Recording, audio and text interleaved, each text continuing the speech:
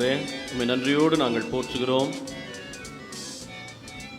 உம்முடைய வார்த்தைகளை கேட்பதற்கான நேரத்தில் நாங்கள் காத்திருக்கிறோம். இதுவரை எங்களுடைய மனதை ஆட்கொண்ட சிந்தனைகள், இதுவரை எங்களுடைய மனதை ஆட்கொண்ட எண்ணங்கள் ஒவ்வொன்றையும் நாங்கள் வறுமையாக்குகிறோம். உம் சொற்கள் மட்டுமே எங்களுடைய மனதை நிரப்புவதற்கு நாங்கள் எங்கள் இதயத்தை திறந்து தருகிறோம். உம் வார்த்தைகளை கேட்பதற்கான செவித்திறன் மட்டுமல்ல, உம் வார்த்தைகளை அங்கீகரித்து கொண்டு அவற்றை தொடர்ந்து புடமிட்டு சிந்திப்பதற்குரிய சிந்தனைகளை நீர் எங்களுக்கு அருள வேண்டும்படியாய் நாங்கள் மன்றாடுகிறோம். உம் ஞானத்தினாலே எங்களை நிரப்பும். ஆண்டவரே, இந்த சொற்கள் மனிதர்களுடைய எண்ணங்களாலும் மனிதர்களுடைய விருப்பங்களாலும் உருவாக்கப்பட்ட சொற்களாக அல்லாமல் பரலோக ராஜ்யத்துக்குரிய சொற்களாக அமைவதற்கு நீர் கிருபை செய்திடணும். மீட்பர் இயேசுவின் வழி வேண்டுகிறோம், அன்பின் நல்ல கடவுளே, ஆமென். கிறிஸ்துவுக்குள் அன்பானவர்களே, இறைமகன் இயேசு கிறிஸ்துவின் திருப்பெயரினாலே உங்கள் ஒவ்வொருவரையும் அன்போடு வாழ்த்துகிறேன். குடியரசு தின நல்வாழ்த்துக்களை பகிர்ந்து கொள்கிறேன். கடவுள் அருளுகின்ற சமாதானமும் நல்வாழ்வும் உங்களோடும் உங்கள் குடும்பங்களோடும் நிலைத்திருப்பதாக. சிறப்பாக இந்த நாளிலும் நாம் அனைவரும் அறிந்த வண்ணமாக நம்முடைய தென்னிந்திய திருச்சபை சென்னை பேராயம் நமக்கு ஈந்தளித்திருக்கக்கூடிய தலைப்பு அனைவருக்குமான சமத்துவமும் நீதியும் என்பதாகும். Equality and justice to all என்பது இந்த நாளுக்குரிய சிந்தனை. இந்த கருத்தின் அடிப்படையில் சில மணித்துளிகள் நாம் சிந்தனை செய்யவிருக்கிறோம். கடவுள் இந்த நாளிலே உங்களுக்கும் எனக்கும் கற்றுத்தரவிருக்கிற செய்தியை நாம் சிந்தனை செய்யவிருக்கிறோம். நீதி இல்லாத தைரியம் என்பது பலவீனமானது என்று பெஞ்சமின் பிராங்க்லின் அவர்கள் சொல்லுகிறார். நீதி இல்லாத தைரியம் பல இடங்களில் நீங்களும் நானும் பார்ப்போம். தைரியசாலி அவரை போல வேற யாருமே இல்லை அப்படின்னு சொல்லுவோம். ஆனால் அவருடைய தைரியத்தில் நீதி இருக்காது. அநீதியாளராக இருந்து கொண்டு நெஞ்சை நிமிர்த்தி கொண்டு மாபெரும் மனிதனைப் போல தன்னை முன்னிறுத்துகிற மனிதர்களை ஒவ்வொரு நாளும் நம்ம கண்களில் பார்க்கிறோம். அதுக்கு தான் பெஞ்சமின் பிராங்க்லின் அழகாக சொல்றாரு, நீதி இல்லாமல் நீ தைரியமா இருந்தன்னா அது ரொம்ப பலவீனமானது என்று சொல்லுகிறார். அது மட்டுமல்ல, மார்ட்டின் லூதர் கிங் ஜூனியர் சொல்லுகிற செய்தி, அநீதி நிறைந்திருக்கும் சூழல் என்பது எல்லா இடத்திலும் நீதிக்கான அச்சுறுத்தலாக அமைகிறது. கொஞ்சம் யோசித்து பாருங்க, நம்ம இருக்கக்கூடிய அமைப்பு, அது குடும்பமாக இருந்தாலும் சரி, திருச்சபையாக இருந்தாலும் சரி, சமூகமாக இருந்தாலும் சரி, தொடர்ந்து அநீதியே நடைபெற்று கொண்டு வந்தது அப்படின்னு சொன்னால் அது நீதிக்கு அச்சுறுத்தலாக இருக்கும். அதனால தான் சொல்லுவாங்க, என்ன அப்படின்னா, ஆடையை பற்றி சொல்லும்போது கொஞ்சம் ஒரு மாதிரி இருந்தாலும் கோமணம் கட்டினவங்க ஊரில் வேட்டி கட்டிட்டு போகிறது நகைச்சுவையாக இருக்கும் அப்படின்னு சொல்லுவாங்க. நிறைய அநீதி செய்கிறாங்கன்னு வச்சுங்களேன், அந்த இடத்துல ஒரு 10 பேர் நீதியை பற்றி நாம் யோசிக்கிறோம் அப்படின்னா ரொம்ப மனசோர்வு ஏற்பட்டு விடும். ஆண்டவரே, என்ன இது அமைப்பு?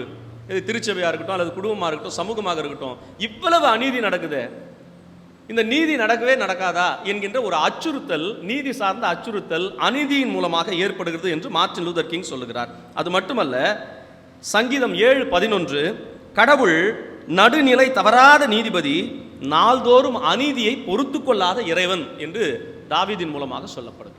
கடவுள் நடுநிலை தவறாத நீதிபதி, நாள்தோறும் அநீதியை பொறுத்து கொள்ளாத இறைவன். சங்கீதம் 33:5 சொல்லுகிறது, அவர் நீதியையும் நேர்மையையும் விரும்புகிறார் என்று சொல்லுகிறது. சங்கீதம் 89:14 வாக்கியம், நீதியும் நேர்மையும் உம் அரியணைக்கு அடித்தளம் என்று சொல்லுகிறார். அரியணை என்பது என்னன்னா பொசிஷன், நம்ம வகிக்கக்கூடிய பொறுப்பாக கூட இருக்கலாம். இந்த பொசிஷனை தக்க வைக்கக்கூடிய பேஸ்மெண்ட், அடித்தளம் எது அப்படின்னா நீதியும் நேர்மையும் என்று சொல்லுகிறார். அப்ப நம்மளுடைய கடவுளுக்கான ஒரு மாபெரும் அடையாளம் எது அப்படின்னா அவருடைய நீதியும் நேர்மையும் தான் அதற்கான அடையாளமாக திருமறை நமக்கு சொல்லுகிறது. உபாகமம் 27:19 நீதியை பற்றி சொல்லும்போது, நீதியை புரட்டுபவர் சபிக்கப்பட்டவர் என்று சொல்லுகிறார். இந்த அறிமுகத்தோடு கூட ஒருவேளை நம்முடைய தலைப்பில் இருக்கக்கூடிய நீதி என்கின்ற சொல்லை பற்றின புரிதலுக்கு நேராக நாம் கடந்து செல்லுவோம். என்ன அப்படின்னா, எபிரேய மொழியில் 3 சொற்கள் பயன்படுத்துகிறார்கள் நீதி சார்ந்து. சதாக் என்கின்ற ஒரு சொல். இந்த சதாக் என்று சொல்லப்படுகிற சொல் சுய ஒழுக்கம் மற்றும் சமூக நீதிக்கு பயன்படுத்துகிற ஒரு சொல். சுய ஒழுக்கத்தை பற்றி பேசுகிற சொல், சமூக நீதியை பற்றி பேசுகிற ஒரு சொல். மிஸ்பாத் என்று சொல்லப்படுகிற ஒரு சொல், இது சட்டம் சார்ந்த நீதியை பேசுகிறது. என்னென்ன சட்டங்கள் இயற்றி வைக்கப்பட்டிருக்குது நமக்கு தெரியும். குடும்ப அமைப்பு சட்டம் இருக்குது, இந்திய திருநாட்டினுடைய ஒட்டுமொத்த சட்டங்கள் இருக்குது, திருச்சபைக்குரிய சட்டங்கள் இருக்குது. இப்படி சட்டத்தை மீறி செய்யப்படுகிற பிழைகளை சுட்டி காண்பித்து சரி செய்கிற ஒரு நீதி, அதான் மிஸ்பாத் என்று சொல்லப்படுகிற சொல் முன்குறிக்கிறது. அது மட்டுமல்ல, இது நியாயத்தின் பின்னணியில் நின்று பேசப்படுகிற ஒரு சொல்லாடல். எது சரியோ எது தப்போ அதற்கு பின்பாக நின்று பேசப்படுகிற ஒரு சொல்லாடல். நிறைவாக சதாக்கா என்று சொல்லப்படுகிற ஒரு சொல். இந்த சதாக்கா என்று சொல்லப்படுகிற சொல் அறம் சார்ந்தது, நம்முடைய மாரல் லைஃப், அற வாழ்வு, நீதி வாழ்வு சார்ந்தது. அது மட்டுமல்ல, இதோடு கூட சேரிட்டி, தொண்டு அல்லது இரக்கத்தை பற்றி பேசுகிற ஒரு சொல்லாக இந்த சொல் இருக்கிறது. ஒருவேளை ஆங்கில மொழியில் 2 சொற்கள், ஆங்கில திருமறையில் 2 சொற்கள் பயன்படுத்தப்படுகிறது, நமக்கு தெரியும். ரைச்சியஸ்னஸ், அப்புறம் என்னங்க, நல்லா அமைதியாக இருக்கிறதால கேட்குறேன், ஜஸ்டிஸ் என்கின்ற 2 சொல்லாடல் பயன்படுத்தப்பட்டிருக்கிறது. இந்த ரைச்சியஸ்னஸ் என்று சொல்லப்படுகிற சொல்லுக்குரிய விளக்கமாக இது தனி மனித குணம் சார்ந்த சொல்லாடலாகவும், ஒரு தனி மனிதனுடைய நடத்தை சார்ந்த சொல்லாடலாகவும், அல்லது கடவுளோடு அந்த மனிதனுக்கு இருக்கக்கூடிய உறவை பற்றி பேசுகிற ஒரு சொல்லாக கருதப்படுகிறது. தனி மனிதனுடைய ஒழுக்கம், கடவுளுக்கு கீழ்ப்படியக்கூடிய தன்மை, அது மட்டுமல்ல செல்ஃப் ஹோலினஸ், சுய தூய்மை தன்மையை பற்றி பேசுகிற ஒரு சொல்லாடலாக ரைச்சியஸ்னஸ் இருக்கிறது. ஜஸ்டிஸ் என்கின்ற சொல், இந்த சொல் சமூக உறவு சார்ந்தது. அது மட்டுமல்ல, பரந்துபட்ட சமுதாயத்துக்கானது, ஒட்டுமொத்த சமுதாயக்குமான ஒரு சொல்லாடல். இது பாதிக்கப்பட்டோரை பாதுகாப்பதை பற்றி இந்த ஜஸ்டிஸ் என்கின்ற சொல் பேசும். அது மட்டுமல்ல, தீமைக்கு தண்டனை உண்டு என்பதை பற்றியும் இந்த சொல்லாடல் பயன்படுத்தப்படுகிறது.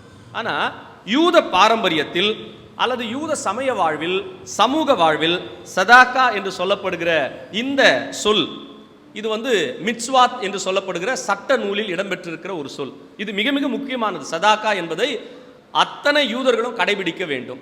இது எதற்கானதுன்னா, ஏதோ சுய ஒழுங்கு அல்லது 2 பேருக்கு இடையில நடைபெறக்கூடிய பிரச்சனைகளை நீதி தீர்ப்பிடுவது, அது மட்டுமே அல்ல. இந்த சதாக்கா என்று சொல்லப்படுகிற சொல்லை பற்றின ஒட்டுமொத்த புரிதல் என்ன, மிட்ஸ்வாத் என்று சொல்லப்படுகிற இந்த சட்டம் என்ன சொல்லுகிறது அப்படின்னா, இது சமூகத்தை அல்லது சமூக வாழ்வை சிறந்த முறையில் அமைப்பதற்கான ஒரு சொல்லாடலாக சொல்கிறது. ஒழுக்கமான அல்லது நியாயமான ஒரு நல்ல சமுதாயத்தை உருவாக்கக்கூடிய ஒரு மிகச்சிறந்த சொல்லாடலாக இது இருக்கிறது. இப்போ நீதியை பற்றி சொல்லும்போது, ஜஸ்டிஸ் என்கின்ற இந்த நீதியை பற்றி சொல்லும்போது, ஒருவேளை நீங்களும் நானும் புரிந்து கொள்வதற்காக நீதி நம் பார்வையில் எப்படிப்பட்டது என்பதை பற்றி நீங்களும் நானும் யோசிக்க வேண்டும். என் பார்வையில் நீதி எப்படிப்பட்டதுன்னு யோசித்தா கொஞ்சம் சிந்தனை செய்து பாருங்கள். இந்தியாவை விட்டு வெளியில் இருக்கிறோன்னு வச்சுங்க, இந்தியாவை விட்டு வெளியில் இருக்கிறோம். அங்கே ஒரு இந்தியருக்கும் மற்றொரு நபருக்கும் இடையில ஒரு பிரச்சனை வருது அப்படின்னா யார் கூட நிற்பீங்க? யார் கூட தான் நிற்போம்? நம்மால் கூட நிற்போம். பார்த்து அண்டர்லைன் பண்ணிங்க, நம்மால் கூட நிற்போம். அப்படியே இந்தியாவுக்குள்ளே வந்த பிறகு தமிழ்நாட்டுக்காருக்கும் ஒரு வட இந்தியருக்கும் டெல்லியில் ஒரு பிரச்சனை, யார் கூட நிற்பீங்க? தமிழ்நாட்டுக்கார கூட நிற்பீங்க. தமிழ்நாட்டுக்கு வந்த பிறகு தமிழ்நாட்டில் திருநெல்வேலிக்காருக்கும் மெட்ராஸ்காருக்கும் ஒரு பிரச்சனை, யார் கூட நிற்பீங்க? நீங்கள் மெட்ராஸ்காரும் இருக்கிறீங்க, திருநெல்வேலிக்காரும் இருக்கிறீங்க, கன்னியாகுமரியும் இருக்கிறீங்க, நாகர்கோவிலும் இருக்கிறீங்கன்னு வச்சுங்க. வட்டாரம் சார்ந்து நம்ம நீதி மாறிடும், ரைட்டு. இப்போ அங்கே இருந்த அந்த 2 பேருக்கு உள்ளூரில் ஒரு பிரச்சனை. ஒருத்தர் நம்ம தெருவை சேர்ந்தவர், இன்னொருத்தர் வேற தெருவை சேர்ந்தவர். யார் கூட நிற்போம்? நம்ம தெருவு கூட சேர்ந்தவர் தான் நிற்போம். நம்ம இப்போ நம்ம தெருவுக்குள்ளேயே வருவோமே, நம்ம பங்காளிக்கும் நம்ம தெருவில் இருக்கிற இன்னொருத்தருக்கும் பிரச்சனை, யார் கூட நிற்பீங்க? நம்ம பங்காளி கூட தான் நிற்போம். நீதி எப்படி மாறுது பாருங்க. நீதி என்பது ரொம்ப நீங்களும் நானும் கவனிக்க வேண்டிய ஒரு விஷயம். ஒவ்வொரு தனி மனிதனுக்கும் ஒரு நீதி இருக்குது. நீங்கள் திருச்சபை எடுத்துக்கிட்டீங்களா கூட, திருச்சபையில் விவாதிக்கிறவர்கள், சண்டையிடுகிறவர்கள் அல்லது பிரச்சனை எழுப்புறவங்க கூட வச்சிங்களேன், ஒவ்வொருத்தருக்கும் ஒரு ஜஸ்டிஸ் இருக்குது. ஒவ்வொருத்தருக்கும் ஒரு ஜஸ்டிஸ் இருக்குது. கிட்டத்தட்ட இந்த 20 ஆண்டு காலகட்டத்தில் திருச்சபையில் இருக்கக்கூடிய குழுக்களுக்கான நீதியை பார்க்கும்போது மனம் ஒடிந்து போய் உட்கார்ந்து இருக்கக்கூடிய ஒரு சூழ்நிலை வருது. இவர்கள் வரும்போது இதை செய்வார்கள், அது நீதி என்று சொல்வார்கள். அவர்கள் வரும்போது இவர்கள் அதை நீதி இல்லை என்று சொல்லுவார்கள். அப்போ நீதி மனிதனுக்கு மனிதன் வேறுபடுகிறது, பார்வைக்கு பார்வை வேறுபடுகிறது. இந்த குழுவில் இருக்கும்போது ஒரு நீதியை பேசுவேன், அடுத்த குழுக்கு போகும்போது வேற ஒரு நீதியை பேசுவேன். அப்போ நீதி ஒரே மாதிரியானதான நீதியை நீங்களும் நானும் எப்படி புரிந்து கொள்ள வேண்டும் என்று சொன்னால், நான் மறுபடியும் சொல்லுகிறேன், நியாயமான ஒழுக்கமான ஒரு சமுதாயத்தை உருவாக்குவது தொடர்பானது சதாக்கா என்று சொல்லப்படுகிற ஒரு சொல். நியாயமான ஒழுக்கமான ஒரு சமுதாயத்தை உருவாக்குவது நீதி. அகமது இஸ்மாயில் காலிஃப் என்று சொல்லப்படுகிற ஒரு குழந்தை. அகமது இஸ்மாயில் காலிஃப் என்று சொல்லப்படுகிற 8 வயது குழந்தை 2005ஆம் ஆண்டு நவம்பர் மாதம் 5ஆம் தேதி பாலஸ்தீன தேசத்தில் சிறு குழந்தைகளோடு M16 ரக விளையாட்டு துப்பாக்கியை வைத்து விளையாடி கொண்டிருந்தது அந்த குழந்தை. பொதுவாக 4ஆம் தேதி அவங்களுக்கு ஈத் பண்டிகை. பொதுவாக குழந்தைகளுக்கு பரிசு பொருட்களை பெரியவர்கள் அதிகமாக வாங்கி கொடுக்குற ஒரு நாள். அந்த நாள் வாங்கி கொடுத்த பரிசு பொருளை அடுத்த நாள் வைத்து வீதியில் விளையாடி கொண்டிருக்கிறது. அப்போ போர் சூழல் அதிகமாக இருக்கிற ஒரு காலகட்டம். இஸ்ரேலின் துருப்புக்கள் பாலஸ்தீன தேசத்துக்குள் ஊடுருவுகிறது. இந்த குழந்தையின் கையில் இருக்கக்கூடிய M16 ரக துப்பாக்கியை நிஜ துப்பாக்கி என்று நினைத்து இஸ்ரேல் நாட்டின் துருப்புகள் இந்த குழந்தையை சுட்டு விடுகிறது. வயிற்றிலும் தோலிலும் குண்டு பாய்கிறது. நியாயமா, நியாயம் இல்லையா? சரி, இப்போ இஸ்ரேலுக்கும் பாலஸ்தீனாவுக்கும் சண்டை, யார் கூட நிற்பீங்க? இஸ்ரேல் கூட நிற்பீங்களா? சண்டை போடுறதே தப்புன்றார் வாதியார். இஸ்ரேல் கூட தான் நம்ம நிற்போம். இஸ்ரேலில் இருக்கிற யூதர்கள் இன்னைக்கு வரைக்கும் இயேசுவை ஏற்றுக்கல. ஆனாலும் நீங்களும் நானும் யூதராகவே மாறிடுவோம் பல நேரத்தில். நாங்கள் யார் கூட தான் நிற்போம்? இஸ்ரேல் கூட தான் நிற்போம். இஸ்ரேல் என்ன அநீதி பண்ணாலும் பரவாயில்ல, எத்தனை குழந்தைகளை கொன்றாலும் பரவாயில்லை, எப்படிப்பட்ட போரை போட்டாலும் பரவாயில்ல, அந்த கிளஸ்டர் பாம்ஸ் பல்வேறுபட்ட நவீனகரமான போர்க்கருவிகளை பயன்படுத்தினாலும் பரவாயில்ல, அதெல்லாம் யார் தந்த ஞானம்னா யார் தந்தது? எங்கள் அப்பா தந்த ஞானம்னு பெருமையாக பேசுவோம். வருத்தத்துக்கான ஒரு விஷயம், இந்த குழந்தையை இஸ்ரேல் இராணுவம் சுட்டு கொன்றது. இந்த குழந்தை ஒரு 4 நாள் இஸ்ரேலினுடைய ஒரு மருத்துவமனையில் அனுமதிக்கப்பட்டு உயிருக்கு போராடி இறந்து போகிறது. இறந்து போன உடனே இந்த குழந்தையினுடைய பெற்றோர் எடுத்த முடிவு நீங்களும் நானும் எடுக்கக்கூடிய முடிவு அல்ல. இந்த குழந்தையின் உடல் உறுப்புகளை இஸ்ரேலில் இருக்கக்கூடியவர்களுக்கு, தேவையில் இருக்கிறவர்களுக்கு இந்த குழந்தையின் உடல் உறுப்புகளை அவர்கள் தானமாக கொடுக்கிறார்கள். பாலஸ்தீனத்தை சார்ந்தவர்களுக்கு அல்ல, இஸ்ரேலில் இருக்கக்கூடிய உடல் உறுப்புகள் தேவை நிலையில் உயிருக்கு போராடி கொண்டிருக்கக்கூடிய சில நபர்களுக்கு இந்த 8 வயது அகமது இஸ்மாயிலுடைய உடல் உறுப்புகளை பெற்றோர்கள் தானமாக கொடுக்கிறார்கள்.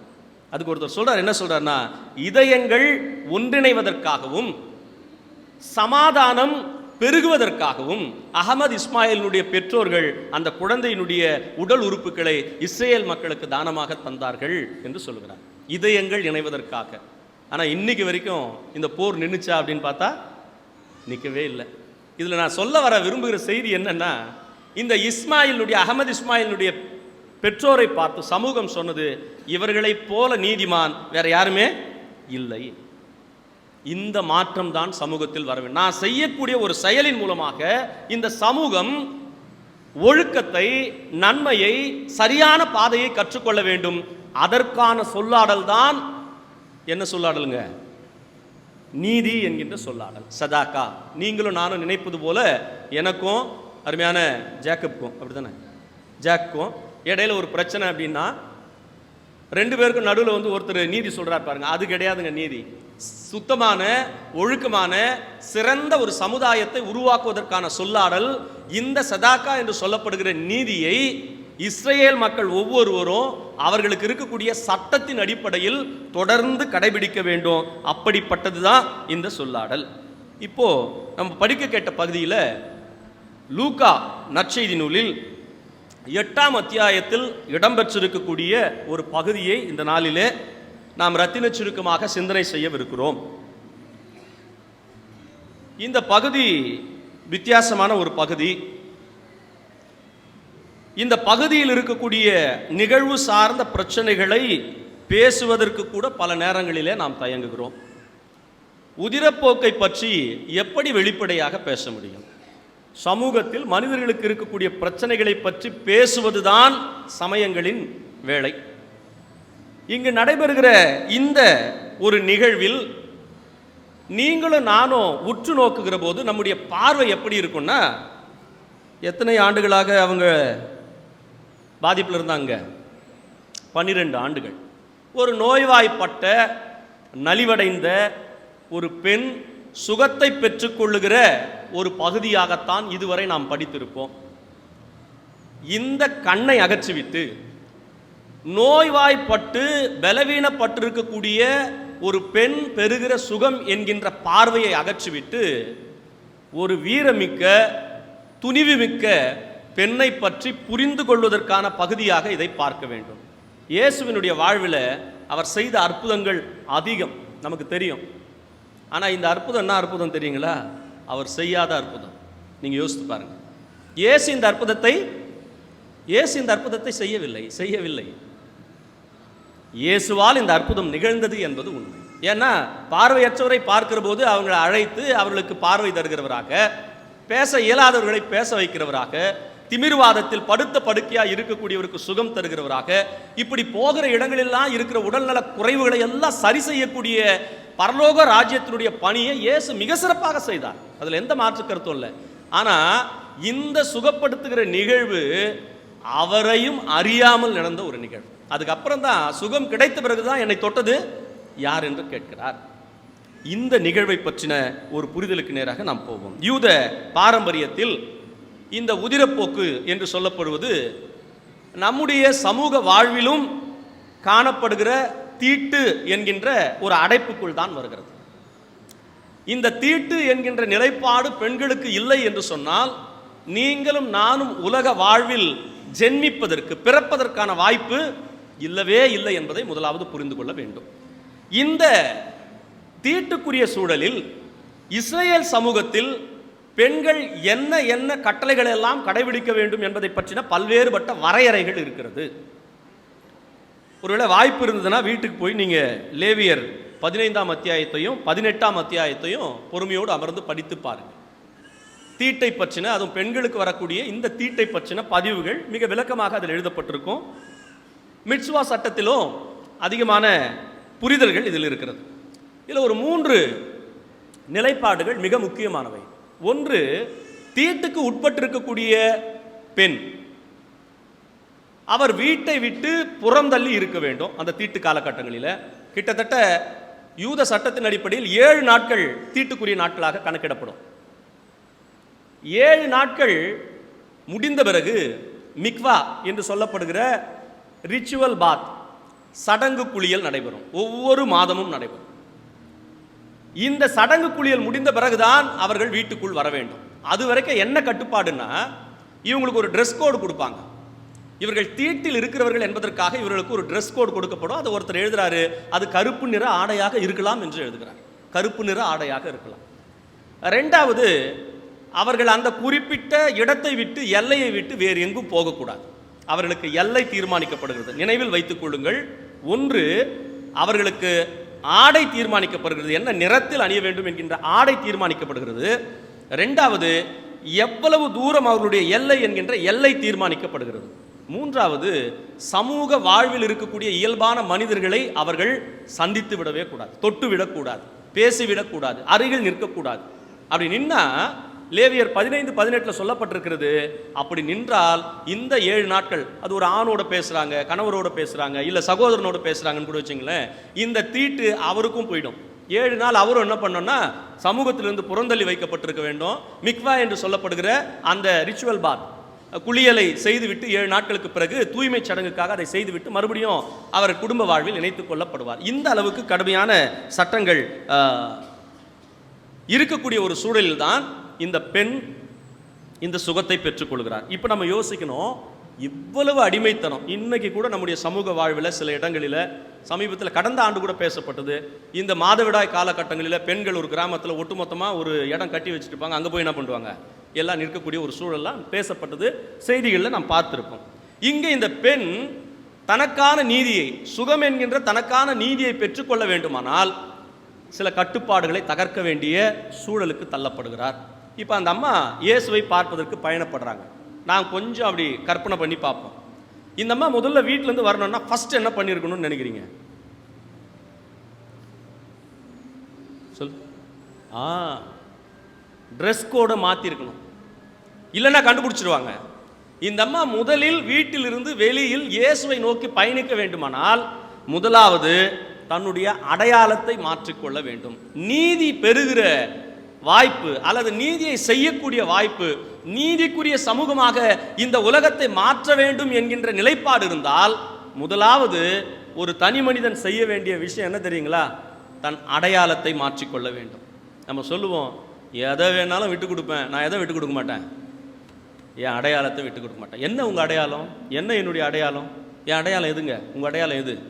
இந்த சமுதாயம் நிறைய அடையாளங்களை உங்களுக்கும் எனக்கும் தீர்மானித்து வைத்திருக்கிறது. சாதியின் பேரால் நமக்கு அடையாளம் இருக்கிறது. ஒருபோதும் நம்மளால் அதை விட முடியாது, யாராலையும் விட முடியாது.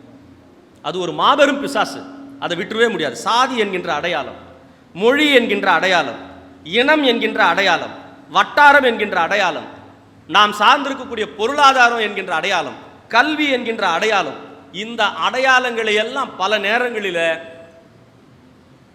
விடுதலை வாழ்வுக்கு எதிரான அடையாளங்களாக மாற்றிக்கொண்டு சுருங்கி போய் அமர்ந்திருக்கக்கூடிய சூழலில் இதுவெல்லாம் நமது அடையாளம் அல்ல, இதை காட்டிலும் மேலான அடையாளம் இருக்கிறது. நாம் கிறித்தவர்கள், கிறித்தவ விசுவாசிகள் என்கின்ற அடையாளத்தோடு இருக்க வேண்டுமானால் இந்த அடையாளங்களை எல்லாம் கலைந்து போட வேண்டும். இல்லைன்னா நம்மளால ஜஸ்டிஸை நோக்கி பயணிக்க முடியாது, நீதியை நோக்கி நீங்களும் நானும் பயணிக்கவே முடியாது. எப்படி இவ்வளவு உறுதியா சொல்றீங்க அப்படின்னா, உங்களுக்கு எனக்கும் மிகச்சிறந்த எடுத்துக்காட்டு திருமறையில இயேசுவை தவிர வேறு யாரும் இல்லை. இயேசுவை விட ஒரு மிகச்சிறந்த எடுத்துக்காட்டை திருமறையில சொல்ல முடியுமானா தேடி பார்த்தால் கூட கிடைக்காது. தி பெஸ்ட் எக்ஸாம்பிள் அப்படின்னா இயேசு தான். அவர் எப்படிப்பட்டவருங்க? அவர் அடையாளத்தை மாத்தினாரா? மாறி போய் தாங்க வந்தார். கடவுளுடைய மகன் என்கின்ற அவருடைய அடையாளம் மானுட மகனாக மாறி போனது. ஒரு அல்லேலூயா சொல்லுங்க பார்க்கலாம். இயேசுவுக்கு ஒரு அடையாளம் இருந்தது, இவர் கடவுளுடைய மகன், நீர் வாழும் கடவுளின் மகனாகிய மேசியா, ஜீவனுள்ள தேவனுடைய குமாரனாகிய கிறிஸ்து என்கின்ற ஒரு அடையாளம் இருந்தது. ஆனா இந்த சமூகத்தை ஒழுங்குபடுத்துவதற்காக, இந்த சமூக கட்டமைப்பை மாற்றுவதற்காக, இந்த சமூகத்தை வளர்த்தெடுப்பதற்காக தனக்கு தரப்பட்ட கடவுளின் மகன் என்கின்ற அடையாளத்தையே மாற்றி மானுட மகன், மனுஷகுமாரன் என்கின்ற அடையாளத்தை மாற்றிக்கொண்டுதான் அவர் சமூகத்துக்குள் பயணிக்கிறார். அடையாளங்கள் மாற வேண்டிய கட்டாயம் இருக்கிறது. எத்தனை அடையாளங்களை நாம் சுமந்திருப்போம், கொஞ்சம் யோசித்து பாருங்க. சதாக்கா என்று சொல்லப்படுகிற சமூக மாற்றத்துக்கான நீதியை நீங்களும் நானும் முன்குறிக்க வேண்டுமானால் முதலாவது நம்முடைய அடையாளங்களை நாம் மாற்றிக்கொள்ள வேண்டும். இந்த அடையாளத்தை மாற்றுவதில் ஒரு மிகச்சிறந்த ஒரு நபரை எனக்கு மிகவும் பிடிக்கும். இந்த டீட்ரிச் போனாஃபர் என்று சொல்லப்படுகிற இறையியலாளர், ஒரு மாபெரும் இறையியலாளர். 1906ஆம் ஆண்டு பிறந்து 1945ஆம் ஆண்டு உயிர் நீத்த ஒரு இறையியலாளர். அவர் ஒரு லுத்ரன் திருச்சபையினுடைய பாதிரியார். இந்த லுத்ரன் திருச்சபையினுடைய பாதிரியார் ஒரு பேராசிரியராக இருந்தவர், ஒரு ப்ரொஃபஸர். அவர் தியாலஜிக்கல் செமினரியில் ப்ரொஃபஸராக இருக்கிறவர், ஒரு மாபெரும் அறிவாளி. இவர் என்ன பண்ணுறாருன்னா ஜெர்மனுக்கு வராருங்க. ஜெர்மனுக்கு வந்து ஜெர்மனை பார்க்குறாரு. அங்கே ஹிட்லருடைய படைகள் யூதர்களை கொன்று குவிப்பதையும் அநீதி செய்வதையும் பார்த்து மனம் கலங்கி போய் அறிக்கையிடும் திருச்சபை என்கின்ற ஒரு அமைப்பை நிறுவி, அவர் ஃபாதர் வேலையை விட்டார். அறிக்கையிடும் திருச்சபை என்கின்ற ஒரு அமைப்பை நிறுவி ஹிட்லருக்கு எதிராக வேலை செய்கிறார். ஹிட்லருக்கு எதிராக வேலை செய்யும் போது இவரை கைது செய்கிறார்கள். இவரை கைது செய்து சிறையில் அடைக்கிறார்கள். அதுவும் சாதாரண சிறை அல்ல, வதைக்கப்படக்கூடிய சிறை, துன்பத்தை அதிகமாய் தரக்கூடிய சிறையில் அடைத்து கிட்டத்தட்ட 1945ஆம் ஆண்டு அவரை தூக்கிலிட்டுக் கொள்கிறார்கள். இடைப்பட்ட காலத்தில் 1.5 ஆண்டுகள் அவர் என்ன பண்ணார்னா சீடத்துவத்துக்கான விலை என்கின்ற ஒரு புத்தகத்தை எழுதுகிறார்.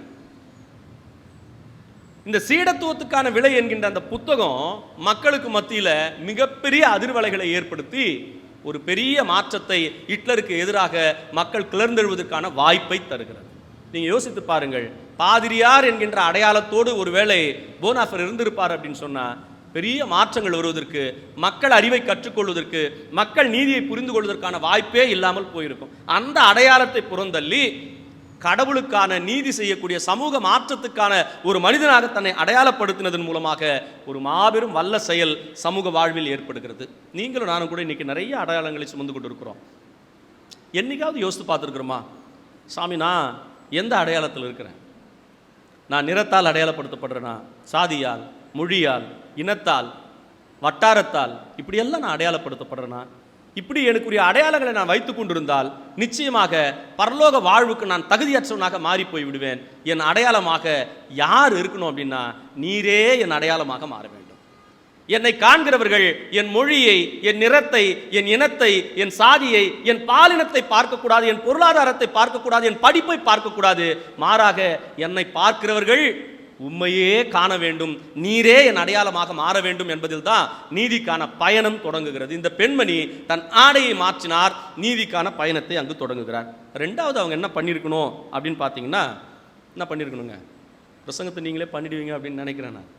ஃபஸ்ட்டு ட்ரெஸ்ஸு மாற்றணும். ரெண்டாவது அவங்களுக்கு கோடு போட்டு வச்சுருந்தாங்க, எல்லை. இந்த எல்லையை என்ன பண்ணுங்க, தாண்டணும்.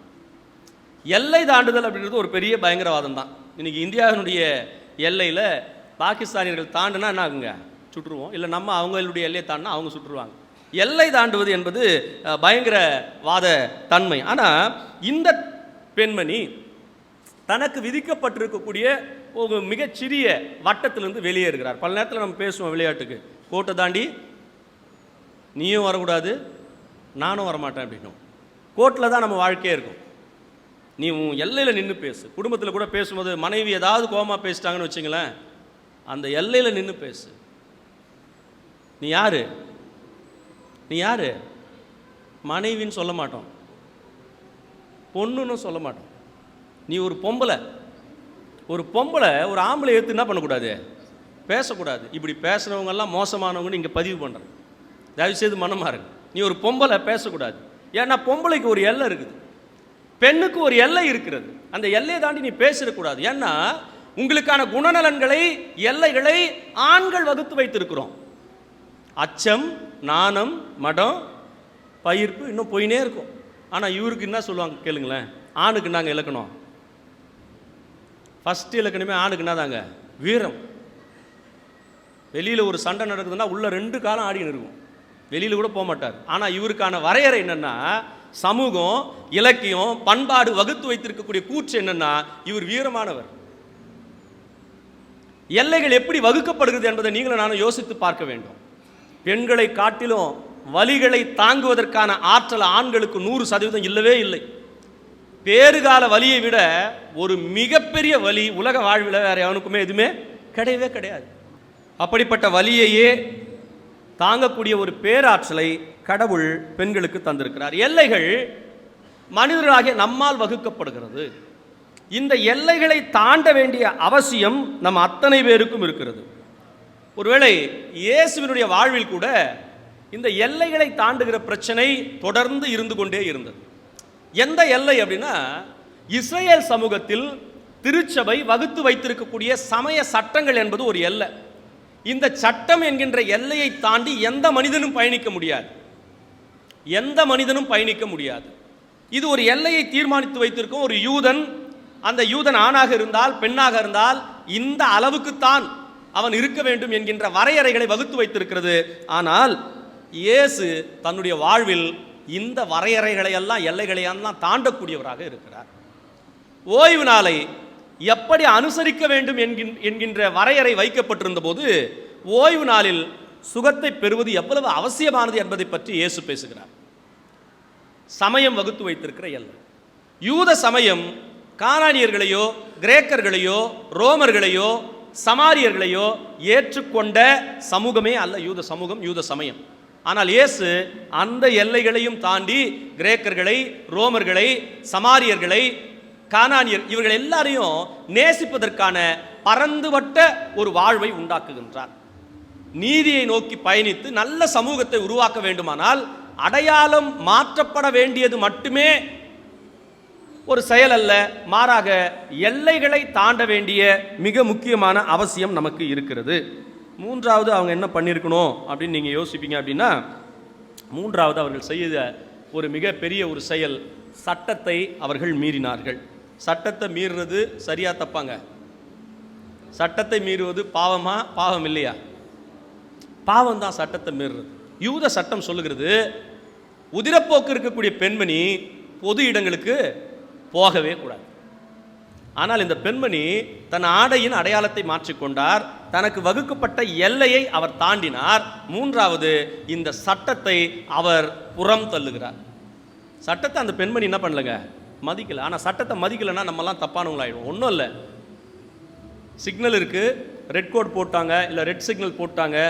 ரெட் சிக்னல் போட்டுட்டு நான் ட்ராவல் பண்ணேன் அப்படின்னா, தாண்டி போனேன் அப்படின்னா நிச்சயமாக எனக்கு என்ன பண்ணுவாங்க, ஃபைன் போடுவாங்க. நான் யார் அப்படின்னா, நான் குற்றவாளி தான், நான் குற்றவாளி தான். ஆனால் இந்த இடத்துல யூத சமூகம் அடிமைத்தனத்தை முன்னிறுத்துவதற்காக வைக்கப்பட்டிருக்கக்கூடிய இந்த சட்டத்தை மீறி செயல்படுகிற ஒரு பெண்ணாக இவர் இருக்கிறார். நம்ம கூட நிறைய சட்டங்கள் போடுவோம் திருச்சபையில் அல்லது சமுதாய வாழ்வில். பெண்களுக்கு எத்தனை சதவீதங்க இந்தியாவில்? ஒன்றும் அந்த 33% நம்மளால் என்ன பண்ண முடியல, வாங்கலை. ஈக்குவாலிட்டி இருக்குது இன்றைக்கி நம்மளுடைய தலைப்பில், ஆனால் சொசைட்டியில் கிடையாது. பாஸ்டேட் கமிட்டிலே நீங்கள் பார்த்தீங்கன்னா எத்தனை பர்சன்டேஜ் தான்? 30% தான் பெண்களுக்கு. அதில் கூட ஈக்குவாலிட்டி இருக்கிறதுக்குரிய வாய்ப்பை திருச்சபை கூட பல நேரங்களில் என்ன பண்ண மாட்டேங்குதுங்க, அங்கீகரிக்க மாட்டேங்குது. ஏன் அப்படிப்பட்ட கோயிலில் நீ வேலை செய்கிறேன்னு கேட்குறீங்களா? வேறு வழி கிடையாது. இந்த சமத்துவத்தை, சமநிலையை உருவாக்குவதற்கான முயற்சி தேடல் என்பது அடையாளத்தை மாற்றி எல்லையை தாண்டி சட்டத்தை உடைத்தால் தான் முடியும். இந்த 33% இல்லை 50% என்பதே எப்படி வருதுன்னா, ஒரு சட்டத்தை உடைச்சு தான் இந்த சட்டம் வருகிறது. அப்போ நீதியை நோக்கி நீங்களும் நானும் பயணிக்க வேண்டுமானால் நிச்சயமாக நாம் அடிமைத்தனத்தை முன்னிறுத்தக்கூடிய சட்டங்களை எல்லாம் அப்புறப்படுத்த வேண்டிய அவசியத்தில் இருக்கிறோம். இயேசு எத்தனையோ சட்டங்கள் இந்த மாதிரி பேசுறார். கேட்குறாங்க, கடவுளுக்கு அரசனுக்கு வரி செலுத்துறது சரியா என்று அவரிடத்தில் ஒரு கேள்வி கேட்கப்படுகிறது. மிக குதர்க்கமான ஒரு கேள்வி, ரொம்ப குதர்க்கமான ஒரு கேள்வி. காரணம் என்னன்னா, இயேசுவை எப்படியாவது ஒரு சிக்கலுக்கு உட்படுத்த வேண்டும். ஆமாங்க, அரசருக்கு கொடுக்கறது நல்லதுன்னு சொல்லிட்டார் அப்படின்னா யூத மக்களுக்கு எதிரானவராக மாறி போவார். ஏன்னா ரோமர்களுக்கு வரி கொடுக்கறது சரின்னு இவர் பேசுகிறார். இவர் ஒரு ரபி, இவர் ஒரு போதகர் போய் அப்படி சொல்லாமா? நம்மை அடிமைப்படுத்தி கொண்டிருக்கக்கூடிய ரோமர்களுக்கு வரி கொடுப்பது சரியா அப்படின்னு என்ன பண்ணுவாங்கன்னா, யூதர்கள் எல்லாம் இவர்களுக்கு எதிராக மாறுவார்கள். யூதர்களை கையில் எடுக்கணும்னு யோசித்து இயேசு, இல்லைங்க சீசருக்கு வரி கொடுக்கறது தப்புங்கன்னு சொன்னாருன்னு வச்சுங்களேன், இவர் ஒரு அரசியல் குற்றவாளியாக மாற்றப்படுவார். ராஜாவுக்கு வரி கொடுக்கறது தப்புன்னு இவர் பேசினாரு, இவர் குற்றவாளி. இந்த ரெண்டு விஷயம் இருக்கு. ரொம்ப டாக்டிஸான ஒரு கேள்வி. ஆண்டவர் அழகாக பதில் சொல்றாரு. ராயனுடையதை, அரசனுக்குரியதை அரசனுக்கு கொடுத்துரு. ஏன்னா இது மெட்டீரியல், இது அவரால் வந்தது அவருக்கு கொடு. ஆனால் கடவுளுக்குரியதை யாருக்கு கொடு? கடவுளுக்கு கொடு. யோசித்துப்பாங்க. சட்டங்களை பற்றின தெளிவான புரிதல் நமக்கு இருக்க வேண்டும். இன்றைக்கும் நமக்கு பெரும்பான்மையானவர்களுக்கு திருச்சபை சட்டத்தை பற்றியோ, இந்திய திருநாட்டின் சட்டங்களை பற்றியோ அல்லது சமத்துவ சட்டங்களை பற்றியோ நம்ம பெரும்பாலும் அறிந்து வைத்திராதவர்களாக இருக்கிறோம். அன்புக்குரியவர்களை, இந்த குடியரசு தினத்தில் ஒருவேளை கடவுள் உங்களையும் என்னையும் ஒரு மிக ஒழுக்கமான, அமைதியான, நன்மை நிறைந்த ஒரு சமுதாயத்தை உருவாக்குவதற்கான தனி மனிதர்களாக உருவாவதற்கு ஒரு அழைப்பை தருகிறார். பல நேரங்களில் அந்த அழைப்பு திருச்சபையின் மூலமாக உதாசீனப்படுத்தப்பட்டு கூட இருக்கலாம். சர்ச் அப்படின்ற இந்த அமைப்பு யாருக்கானது என்கின்ற ஒரு கேள்வியோடு இந்த அருளுரையை நான் நிறைவு செய்ய விரும்புகிறேன். சர்ச் யாருக்கானதுங்க? யாருக்கு நீதி செய்வதற்கு இந்த திருச்சபை? திருச்சபை ரட்சிக்கப்பட்டவர்களுக்கானது அல்ல. இங்க உள்ள இருக்கிற உங்களுக்கானது கிடையாது. சர்ச் யாருக்கானதுங்க? ரட்சிக்கப்படாமல் வெளியில் இருக்கிறாங்க பார்த்தீங்களா, அவர்களுக்கானது திருச்சபை. ஆனால் அவர்களுக்கான நீதியை திருச்சபை இன்று வரைக்கும் செய்வதை பற்றி சிந்தனை கூட பண்றதில்லை. அதுக்கு அடிப்படை காரணம் என்னன்னு நினைக்கிறீங்க? அடிப்படை காரணம் நம்ம பாலிடிக்ஸே நமக்கு உச்சத்தில் இருக்கிறது.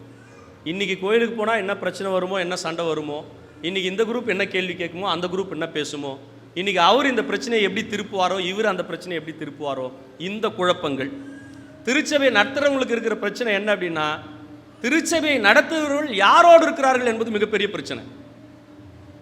ஐயரு இவங்க கூட இருக்கிறார், ஐயரு அவங்க கூட இருக்கு. 24 மணி நேரமும் இதையே நாங்கள் யோசிச்சா ஒரு சரியான சமூகத்தை உருவாக்குவதற்குரிய விசுவாசிகளை கட்டமைப்பது எப்போது, எப்பங்க? ஒரு 2 வார்த்தை ஒருத்தர் கையில் பேசிட்டோன்னு வச்சுங்களேன், ஐயோ ஐயா யார் கூட இருக்கிறாரு, அவர் கூட இருக்கிறார், ஐயா இவர் கூட இருக்கிறார். இன்னைக்கு விசுவாசிகள் இப்படி மாறி போயிருக்கிறார்கள். இந்த திருச்சபை என்கின்ற இயேசுவின் உடலாகிய இந்த திருச்சபை சமூக மாற்றத்துக்கானது. இது தன்னிலும் மாற்றத்தை காண்பதில்லை, வெளியில் இருக்கக்கூடிய சமூகத்திலும் மாற்றத்தை கொடுப்பதற்கு முயற்சி செய்வதில்லை. அப்படியானால் எப்படி நீதியான ஒரு சமூகம் உருவாகும் என்பதை நீங்களும் நானும் யோசித்து பார்க்க வேண்டும். மாற்றம் எங்கிருந்து தொடங்கணும் அப்படின்னா, எனக்குள் இருந்து தொடங்க வேண்டும். ஆண்டவரே, என் அடையாளத்தை நான் மாற்றிக்கொள்கிறேன்.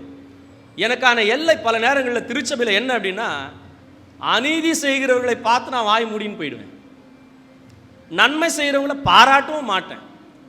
நான் இந்த திருச்சபையில் ஒரு மெம்பர், ஒரு உறுப்பினர், வருவேன், காணிக்க போடுவேன், உட்காருவேன், செய்தி நல்லா இருந்ததுன்னா நல்லா இருக்கு அப்படின்னு கேட்டு போவேன். செய்தி நல்லா இல்லைனா என்னடா இன்னைக்கு செய்தி இப்படி இருந்ததுன்னு சொல்லிட்டு போவேன். மறுபடியும் நான் எப்போ வருவேன்? அடுத்த வாரம் வருவேன். இந்த அமைப்பு சமூகத்தை மாற்ற வேண்டும் என்பதற்காக கட்டமைக்கப்பட்ட அமைப்பு என்பதை கூட நான் பல நேரங்களில் யோசித்ததே கிடையாது. யார் எந்த பிரச்சனைகளை செய்தாலும், இந்த அமைப்பை சரியான பாதையில் இல்லாமல் தப்பான பாதையில் கொண்டு போனாலும் நான் வேடிக்கை பார்த்து கொண்டே இருப்பேன் என்று சொன்னால் நிச்சயமாக இந்த அமைப்பு கிறிஸ்துவின் உடலாக இருக்க முடியுமா என்கின்ற கேள்வியை உங்களுக்கு முன்பாக நான் வைக்க விரும்புகிறேன். நீதி சரியான நீதியாக இருக்க வேண்டும். அது எப்படிப்பட்ட நீதியாக இருக்கணும்னா அனைவருக்குமான நீதியாக இருக்க வேண்டும். அதான் தலைப்பு இன்னைக்கு. அனைவருக்குமான நீதி, அனைவருக்குமான சமத்துவம். அது பல நேரங்களில் இல்லாமல் போகிறது. யோசித்து பாருங்கள். கடவுள் இந்த நாளில் நம்ம அத்தனை பேரையும் அழைக்கிறார். நான் இங்கு இருக்கும்போது ஒரு நீதி பேசுவேன், அங்கு இருக்கும்போது ஒரு நீதி பேசுவேன். இந்த நீதி பேசுகிற செயல்களை தயவு செய்து நீங்களும் நானும் மாற்றி அமைத்துக் கொள்வதற்கு இந்த நாளுக்குரிய அருளுரை உங்களையும் என்னையும் அழைக்கிறது. நான் பணி செய்த ஒரு இடத்துல நடைபெற்ற அனுபவத்தை மட்டும் உங்களோடு பகிர்ந்து கொண்டு இந்த அருளுரையை நிறைவு செய்ய விரும்புகிறேன். ஒரு திருச்சபையினுடைய தலைவர் எனக்கு ஆர்டினேஷன் கொடுக்குறாங்க. 2007ஆம் ஆண்டு சென்ட் ஜார்ஜஸ் கதீட்ரலில் அருட்பொழிவு விழா நடைபெறுகிறது. பேராயர் பேரருள் பணி முனைவர் வே தேவசகாயம் ஐயா அவர்கள் எனக்கு அருட்பொழிவு கொடுத்தார். அருட்பொழிவு கொடுத்த பிறகு வரிசையாக அருட்பொழிவு எடுத்தவங்கெல்லாம் அங்கங்கே நிற்கிறோம். உறவுகளும் திருச்சபை விசுவாசிகளும் நிறைய பேர் வந்து சந்திக்கிறாங்க. அப்படி சந்திக்கிற போது நான் எந்த இடத்துல போஸ்டிங் எனக்கு போட்டிருக்காங்க, நான் போய் சார்ஜ் எடுக்கல, போஸ்டிங் போட்டாங்க. அந்த டைமுக்கு எனக்கு சர்ச் வந்துருச்சு. அந்த திருச்சபையிலேருந்து ஒரு குழு வந்தது, ஒரு கும்பல் வந்தாங்க. யார் நமக்கு ஐயரா வரப்போகிறவர் அப்படின்றத பார்க்கறதுக்காக வராங்க. நான் ஜூனில் சார்ஜ் எடுக்கணும், ஏப்ரலில் நடக்குது எங்களுக்கு ஆர்டினேஷன். அவங்க வராங்க. வந்து என்னை பார்த்த உடனே அந்த குழுவில் இருந்து ஒருத்தர் சொன்னார், ஐயா இவரை மட்டும் நீங்கள் கையில் வச்சிங்க, நீங்கள் ஜூன் சார்ஜ் எடுத்துட்டீங்க. இவர் என்ன ஐயா நீங்கள் சிரிச்சிடாதீங்க, நான் இந்த பக்கம் கை வந்துச்சு, நீங்கள் தப்பாக யோசிக்க. இவரை மட்டும் நீங்கள் கையில் வச்சிங்கய்யா, 5 வருஷம் நீங்கள் என்னென்ன செய்யணும்னு நினைக்கிறீங்களோ அதெல்லாம் என்ன பண்ணலாம், நீ செய்யலாம். எனக்கு ஒரே ஒரு வசனம் தான் ஞாபகம் வந்து, என் காலில் வீழ்ந்து பணிந்து கொள். இது எல்லாத்தையும் என்ன பண்ணுறேன், நான் உனக்கு கொடுக்குறேன். இவரை கையில் வச்சிங்கன்னா போதும். அப்போ நான் யோசித்தேன், திருச்சபை இன்றைக்கு யார் கையில் இருக்கிறது? ஒவ்வொருத்தரும் அதை கையில் எடுக்கிறதுக்கு பார்க்குறோம். தனிநபர்கள் கையில் எடுக்க பார்க்குறோம். சில நேரங்களில் குழுக்கள் கையில் எடுக்க பார்க்குது. இந்த கையில் எடுக்கிறதுக்காக பண்ணுற அக்கப்போர் இருக்குது பாருங்க, அசிங்கத்துலேயும் அசிங்கம். நீங்கள் என்ன நினச்சாலும் பரவாயில்ல, கேவலத்துலேயும் கேவலம். இதுக்காக எப்படிப்பட்ட தீமைகளையும் கட்ட வைப்பார். அப்புறம் நான் போய் சார்ஜ் எடுத்தாங்க. எந்த இடமும் பின்னாடி போய் ஆய்வெல்லாம் பண்ணக்கூடாது, அவர் இல்லை. இப்போ சார்ஜ் எடுத்த பிறகு அவரோட சமாதானமாக இருந்தால் எனக்கு பிரச்சனை கிடையாது. 5 ஆண்டுகள் நான் பட்ட அனுபவத்தை உங்களுக்கு சொல்கிறேன். அவர் பண்ணுற அநீதியை நான் சுட்டி காட்டி பேச ஆரம்பித்தேன்னு வச்சிங்களேன், 10 இடத்துலேருந்து பிரச்சனை வரும் எனக்கு. இந்த பிரச்சனையை யாரா கிரியேட் பண்ணுது அப்படின்னு பார்த்தா இவரே கிரியேட் பண்ணுவார். கிரியேட் பண்ணிவிட்டு என் பக்கத்தில் வந்து நின்றுன்னு, ஐயா நான் இந்த பிரச்சனை என்ன பண்ணுறேன், தீர்த்து வைக்கிறேன். எனக்கு என்ன மனநிலை வரும் யோசித்து பாருங்க. இவர் செய்கிற அநீதியை நான் கேட்கும்போது நினைவில் வைத்துக் கொள்ளுங்கள், எல்லா திருச்சபையிலும் இந்த பிரச்சனை நடக்குது. இவர் செய்யக்கூடிய அநீதியை நான் சுட்டி காண்பிக்கிற போது 10 பிரச்சனையை என் மேலே ஏவி விடுவார். அந்த பிரச்சனையை நானே சால்வ் பண்ணுறேன் முன்னாடி வந்து நின்று, ஆஹா ஐயருக்கு உதவி செய்கிறவர் யார் தான், இவரு போல யாரும் இல்லை, நம்ம நினைக்கக்கூடிய மனநிலையை உருவாக்கும். யோசித்து யோசித்து என்னடா இந்த பிரச்சனை, எல்லா பிரச்சனையும் நம்மளே பார்ப்போம். யாரும் இந்த பிரச்சனையை தீர்க்கறதுக்கான அவசியம் இல்லை. இந்த பிரச்சனையை தீர்க்கறதுக்கு யார் என் கூட இருக்கிறது, ஆண்டவரே என்னோடு இருக்கிறார். இந்த பிரச்சனைகளை யாரும் உடன் வந்து தீர்க்க வேண்டிய அவசியம் இல்லைன்னு சொல்லி ஓரளவுக்கு அவரை, ஓரளவுக்கு இல்லை ஒட்டுமொத்தமாக ஒதுக்கி வைத்து திருச்சபை என்கின்ற அமைப்பை வேற ஒரு பாதையை நோக்கி நகர்த்த திட்டமிட்ட போது உலகத்தில் இதுவரைக்கும் ஏற்படாத மனவலியும் கஷ்டமும் ஏற்பட்டது. அங்கே அடையாளம் மாறி போனது. என் அடையாளம் மாறி போச்சு. நிச்சயமாக அமைதி என்கின்ற அடையாளம் மாறி போனது. ரொம்ப சமாதானமாக இருக்கக்கூடிய அடையாளங்கள் மாறி போனது. அப்புறம் தான் நான் புரிஞ்சுக்கினேன், கடவுள் பாடு நிறைந்த, துன்பம் நிறைந்த அல்லது மன துயர் நிறைந்த இந்த அனுபவங்களினூடே தான் ஒரு சிறந்த திருச்சபையை கட்டி எழுப்புவார். அதுக்கு ரொம்ப ரொம்ப முக்கியமானது என்னன்னா, மனிதர்களை படிக்கக்கூடிய, மனிதர்கள் பேசக்கூடிய நீதியை காணக்கூடிய மிகச்சிறந்த கண்கள் நமக்கு தேவை. எல்லா மனிதர்களையும் ஆய்ந்து அறியுங்கள். உங்களிடத்தில் வந்து ஒருவர் பேசுகிறார் அப்படின்னா அதனுடைய நோக்கம் என்ன, அதனுடைய சிந்தனை என்ன, எதுக்காக இதை பேசுகிறாரு, எங்கே போய் இந்த பிரச்சனையை பண்ண சொல்கிறாரு, இது எல்லாம் நீங்களும் நானும் யோசிச்சாதான் இந்த திருச்சபைக்கு அல்லது இந்த சமூகத்துக்கு தேவையான சரியான நீதி உண்டாகும். அன்புக்குரியவர்களே, நம்மை சுற்றிலும் பிசாசு விதைத்து வைத்திருக்கக்கூடிய விதைகள், கலைகள் ஏராளம். கலையை நானே பிடுங்கிறேன்னு வாங்க, சாமி கூட பிடுங்க தேவையில்லை, நானே களை எடுத்துருவேன்னு வாங்க. நாம் யோசித்து பார்க்க வேண்டும். நீங்களும் நானும் மாறுவதற்காக அழைக்கப்பட்டவர்கள், விமர்சனங்களுக்காக இங்கு வருவதில்லை.